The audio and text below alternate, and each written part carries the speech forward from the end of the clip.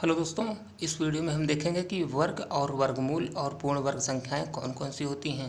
तो कैसे किसी संख्या का वर्ग निकालेंगे, कैसे किसी संख्या का वर्गमूल निकालेंगे और कैसे जानेंगे कि कोई पूर्ण वर्ग संख्या है कि नहीं है।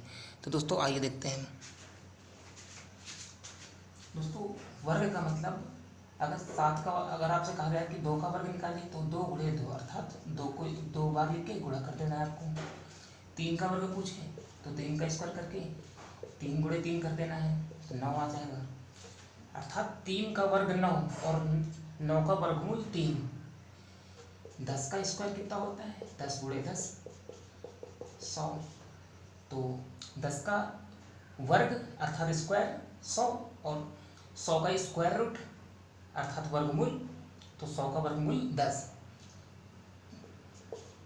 100 का वर्ग 100 गुणे 100 बराबर 10,000। 10,000 अर्थात यदि किसी संख्या को उसी संख्या से गुणा कर देने पर हमको वर्ग प्राप्त होता है और उस संख्या से पुनः उसी संख्या में वापस आना जिसका वर्ग होता है तो वर्गमूल कहलाता है। तो हम कह सकते हैं कि ये पूर्ण वर्ग संख्या है। किसकी है? 3 की। 100 पूर्ण वर्ग संख्या है 10 की।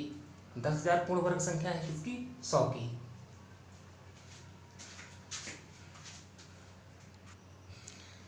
आइए दोस्तों देखते हैं अगला कॉन्सेप्ट। दोस्तों हमने यहाँ पर व्हाइट बोर्ड में 1 से लेकर 24 तक वर्ग लिखा है, जो कि निकालना बहुत ही आसान है। 1 का स्क्वायर निकालना तो 1 से गुणा कर दीजिए, 2 का 2 से, इसी तरह 24 तक आप सोच रहे होंगे 24 तक ही क्यों निकाला, तो इसका एक महत्वपूर्ण रीज़न है। दोस्तों प्रत्येक संख्या के आखिरी के 2 अंक देख लीजिए जिसमें हो 4 का 16, 5 का 25, 6 का 36, 7 का 49, 8 का 64, 9 का 81, 10 का 100, 11 का 121, 12 का 144, 24 का 576। क्योंकि दोस्तों दुनिया की कोई भी संख्या के आखिर जो पूर्ण वर्ग है अर्थात कोई वर्ग संख्या होगी तो उसके आखिरी के अंक इन्हीं के लास्ट के 2 अंकों से मैच जरूर होगा। दोस्तों अगर इन्हीं के लास्ट के 2 अंकों से मैच नहीं हो रहा है तो वह संख्या पूर्ण वर्ग नहीं होगी। आइए देखते हैं। तो दोस्तों इसका स्क्रीनशॉट ले लीजिए क्योंकि ये बहुत ही महत्वपूर्ण चीज़ है, इसको लिख लीजिए। तो दोस्तों आइए हम चेक करते हैं। दोस्तों 1 से 24 तक में अगर आप गौर कर पा रहे होंगे तो 75 कहीं आता ही नहीं। किसी के भी वर्ग में 1 से 24 तक के वर्ग में 75 किसी के अंक लास्ट के अंक नहीं है दोस्तों। तो अगर 75 1 से 24 तक में नहीं मिल रहा है तो ये पूर्ण वर्ग संख्या नहीं होगी। आप कैलकुलेटर उठा के देख लीजिए, किसी भी संख्या का वर्ग कर लीजिए, आपको 1 से 24 तक के वर्ग के लास्ट के 2 अंक जरूर मैच करेंगे। 75 कहीं मिलता ही नहीं, काट दे रहे हैं।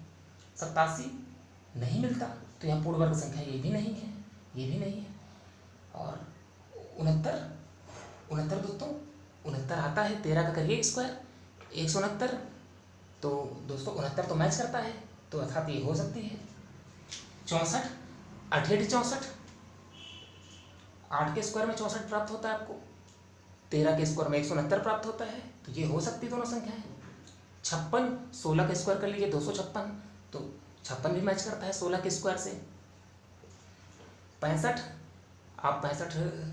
आप विचार कीजिए, गौर कीजिए, देखिए 1 से 24 तक में 65 कहाँ आता है? कहीं नहीं मिलेगा 124 तक के वर्ग में, नहीं है। 66 नहीं मिलेगा आपको। तो दोस्तों ऊपर की 2 संख्याएं, नीचे की 2 संख्याएं पूर्ण वर्ग नहीं है। किस लिए नहीं है? क्योंकि इनके आखिरी के 2 अंक 1 से 24 तक के वर्ग के अंक, अंतिम के अंक से मैच नहीं खा रहा है।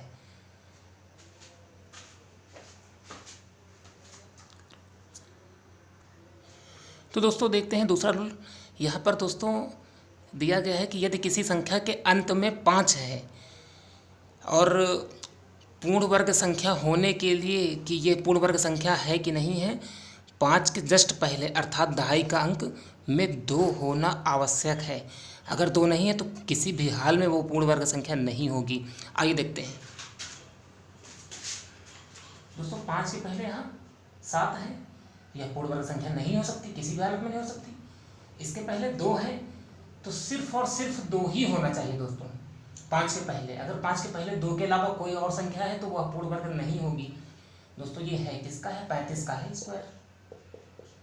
तो ये है 5 के पहले 6 है, हमने भी बताया 2 होना आवश्यक है, नहीं है। 5 के पहले 2 है, 3 हो सकती है। तो दोस्तों दूसरी और चौथी संख्या पूर्ण वर्ग हो सकती है, लेकिन पहली संख्या और तीसरी संख्या नहीं हो सकती, क्योंकि 5 के पहले क्या है, यहाँ पर 7 है, 5 के पहले यहाँ पर क्या है, 6 है, जो कि क्या होना चाहिए, 2 होना चाहिए था। यदि 2 होता तो एक बार हो सकती थी ये संख्या, मिल रहा है। लेकिन दोस्तों 1 से लेकर 9 और 0 तक देखिए, कहीं पर आपको 2, 3, 7, 8 मिल पा रहा है, नहीं मिल पा रहा है दोस्तों। तो अर्थात जिसके लास्ट में 2, 3, 7, 8 हो तो वह पूर्ण वर्ग संख्या नहीं होगी, अर्थात ये लास्ट में कभी आपको नहीं मिलेंगे।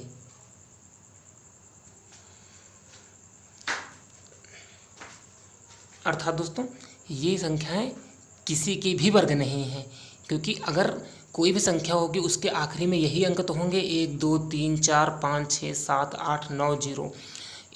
जब इन्हीं छोटे नंबर का एक वर्ग करने पर ये संख्याएं नहीं मिल रही हैं तो आप जाहिर सी बात है कि गौर कर पा रहे होंगे कि आप 2, 7, 3, 2, 7, 8, 3 जिन संख्याओं के अंत में दुनिया की कोई भी संख्या होगी अगर आखिरी में मिल रहे हैं तो वो संख्याएं पूर्ण वर्ग नहीं होंगी दोस्तों। आइए अगले आते हैं अगले रूल में। तो दोस्तों अगर आपको कोई भी संख्या दिख जाए जिसके अंत में 6 हो, जैसे 34, 566, 57, 526 और 42, 57, 86, तो दोस्तों अगर आप गौर कर पा रहे होंगे तो इस लास्ट के 6 के पहले अगर कोई सम संख्या है तो वह संख्या कतई नहीं होगी पूर्ण वर्ग।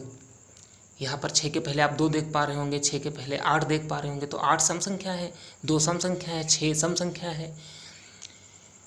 तो दोस्तों अगर आपको लास्ट में 6 मिल जाए और उसके दहाई का अंक मिल जाए कोई सम संख्या तो वह संख्या पूर्ण वर्ग नहीं होगी। आपको सॉल्व नहीं करना है, आपको देखकर बता देना है।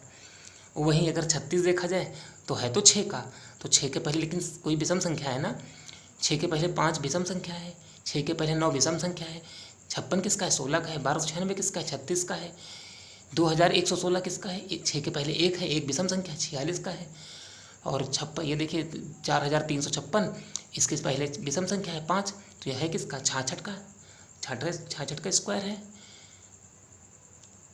दोस्तों स्क्रीनशॉट लेते रहिए। दोस्तों हमारा अगला नियम है कि यदि कोई पूर्ण वर्ग संख्या है और अंत में 0 हो तो दोस्तों 0 की संख्या या तो 1 होगी या तो 0 की संख्या कोई सम संख्या होगी, अर्थात 0 2 होंगे या 4 होंगे या 6 होंगे या 8 होंगे या 10 होंगे या 12 होंगे, वो विषम संख्या नहीं होनी चाहिए दोस्तों। 1 नहीं होगा, 3 नहीं होगा, 5 नहीं होगा, 7 नहीं हो सकते। 750 में आप देख रहे हैं 1 0 है तो नहीं है दोस्तों। मेरे कहने का मतलब ये भी नहीं है कि अगर हम 75 के आगे हम डबल 0 लगा लें तो वो संख्या हो ही जाएगी। बात समझ पा रहे हैं ना दोस्तों। तो 36,000 में देखते हैं 3 0 लगे हैं, 45, 50 और इसमें देख पा रहे होंगे कि 3 तो 5 0 लगे हैं, तो ये संख्या नहीं होगी दोस्तों, क्योंकि 5 विषम संख्या है। 7 0 लगे हैं, 7 कैसी विषम संख्या है। तो अगर अंत में शून्यों की संख्या विषम हो तो दोस्तों वो संख्या पूर्ण वर्ग कभी हो ही नहीं सकती। अगर आप 10 का देख रहे हैं तो डबल 0 100, तो 2 क्या है, सम संख्या है, 4 सम संख्या है, 100 का कर रहे हैं तो 10,000, 400 का करेंगे तो 1,60,000, तो 1,60,000 में देख रहे होंगे कि 4 0 मिल रहे हैं आपको। तो 4 0 का मतलब कितने हुए, 0 कितने, 4 संख्या क्या है, सम है संख्या। यहाँ पर 4 संख्या है, यहाँ पर 2 0 हैं।